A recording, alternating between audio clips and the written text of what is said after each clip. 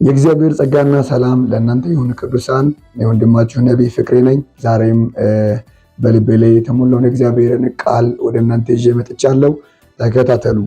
የእግዚአብሔር ቅዱስ ቃል ኦሪት ዘፍጥረት ምዕራፍ 18 ከቁጥር 9 ጀምሮ እስከ 15 ያለው ክፍል እንደዚህ ይላል። እነርሱም ሚስት ሳራ ወዴት ናት አሉት። እርሱም በድንኳኑ ውስጥ ናት አላቸው። እርሱም የዛሬ ዓመት እንደ ዛሬው ጊዜ ወደ አንተ በእውነት ይመለሳለሁ፣ ሚስት ሳራም ልጅን ታገኛለች አለ። ሳራም በድንኳኑ ደጃፍ በስተኋላው ሳለች ይህንን ሰማች። አብርሃምና ሳራም በዕድሜያቸው ሸምግለው ፈጽመው አርጅተው ነበር። በሴቶችም የሚሆነው ልማድ ከሳራ ተቋርጦ ነበር። ሳራም በልቧ እንዲህ ስትል ሳቀች፣ ካረጂው በኋላ በውኑ ፍትውት ይሁንልኛልን? ጌታዬም ፈጽሞ ሸምግለዋል። እግዚአብሔርም አብርሃምን አለው፣ ካረጂው በኋላ በውኑ እወልዳለሁን? ስትል ሳራ ለምን ሳቀች? በውኑ ለእግዚአብሔር የሚሳነው ነገር አለን? የዛሬ ዓመት እንደ ዛሬው ጊዜ ወደ አንተ እመለሳለሁ፣ ሳራም ልጅን ታገኛለች። ሳራም ስለፈራች አልሳቅሁም ስትል ካደች። እርሱም አይደለም ሳቅሽ እንጂ አላት ያለ ይቀጥላል።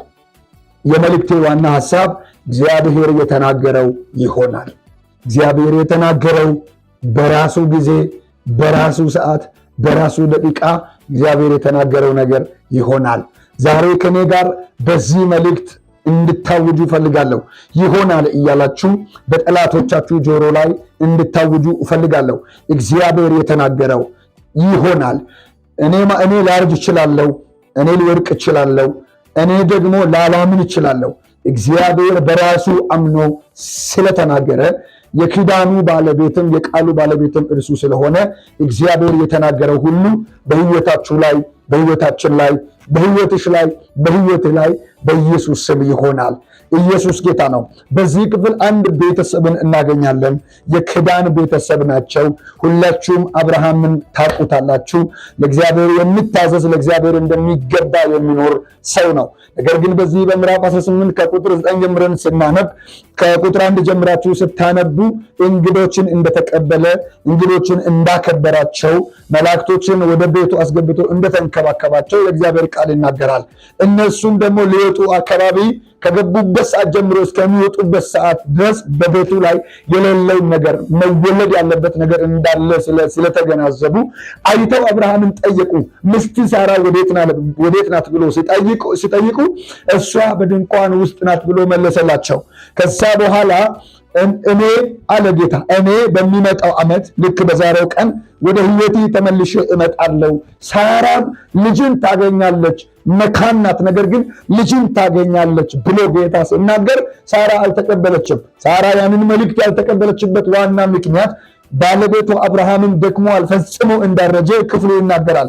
ሲቀጥል እሷም ደግሞ ስላረጀች በሴቶች የሚደረግ በኔ ሕይወት ላይ ከተቋረጠ በኋላ አሁን እኔ ፍትውት እሆናለሁን ብላ እንደተናገረች እግዚአብሔር ቃል ይናገራል። ነገር ግን እግዚአብሔር ይህንን ማርጀቷንና ድክመቷን ያለፈውን ዕድሜዋን አልፎ የእግዚአብሔር ክንድ እንደሚሰራ አልተቀበለችም።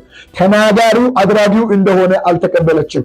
ነገር ግን ምንድነው የተናገረችው? በእግዚአብሔር ቃል ላይ ሌላ ነገር ተናገረች። ይሄ ሊሆን አይመስለኝም፣ የሚፈጸም አይመስለኝም ብላ ተናገረች። ጌታዬም ደክሟል ባለቤቴ፣ እኔም ፈጽሜ አርጅቻለሁ፣ ከዚህ በኋላ እንደዚህ አይነት ነገር ይሆናል የሚል እሳቤ የለኝም፣ እንዴት ነው ይህንን የሚቀበለው አለች። ነገር ግን እግዚአብሔር ከተናገረ ይሆናል። እግዚአብሔር ከተናገረ አሮጌ ነገር ይታደሳል። እግዚአብሔር ከተናገረ ጊዜ ያለፈበት እስራኤል ቤቱ ያለፈው ነገር እንደገና ኃይል ያገኛል። እግዚአብሔር ከተናገረ የወደቀ ይነሳል። እግዚአብሔር አደርጋለሁ ካለ በ99ኙም ዕድሜ ያደርጋል፣ በ45ቱም ዕድሜ ያደርጋል፣ በ20ውም ያደርጋል፣ በ150ውም ያደርጋል። ይኸውላችሁ ጊዜ አለፈ፣ ቆየ፣ ዘገየ፣ አላገኘውም፣ አልተባረኩም፣ አልወለድኩም እያላችሁ ራሳችሁን የምታጨናንቁ በማይሆን ሁኔታ ውስጥና በማዕበልና በወጀብ መካከል ያላችሁ ሰዎች እግዚአብሔር የተናገረው የጊዜ ጉዳይ ነው እንጂ በኢየሱስ ስም ይፈጸማል። ሳትወርሱ አትሞቱም። በኢየሱስ ስም እግዚአብሔር ያለው የተናገረው ነገር በሕይወታችሁ ላይ ይወለዳል። እስቲ አሜን አሜን በሉ። ክብር ለጌታ ይሁን። ከዛ በኋላ ሳራ እንዳላመነች ጌታ ወዲያውኑ ስላወቀ የፌዝ ሳቅ እንደሳቀች ለአብርሃም ተናገረ። ሳራ ይሄ ነገር አይሆንም ብላ ሳቀች ብሎ ለእግዚአብሔር የሚሳነው ነገር አለን? በእውነት አለ በሚመጣው ዓመት እንደዛሬው ቀን በዚህ ዓመት በሚመጣው ዓመት ወደ ህይወቴ ተመልሼ እመጣለሁ።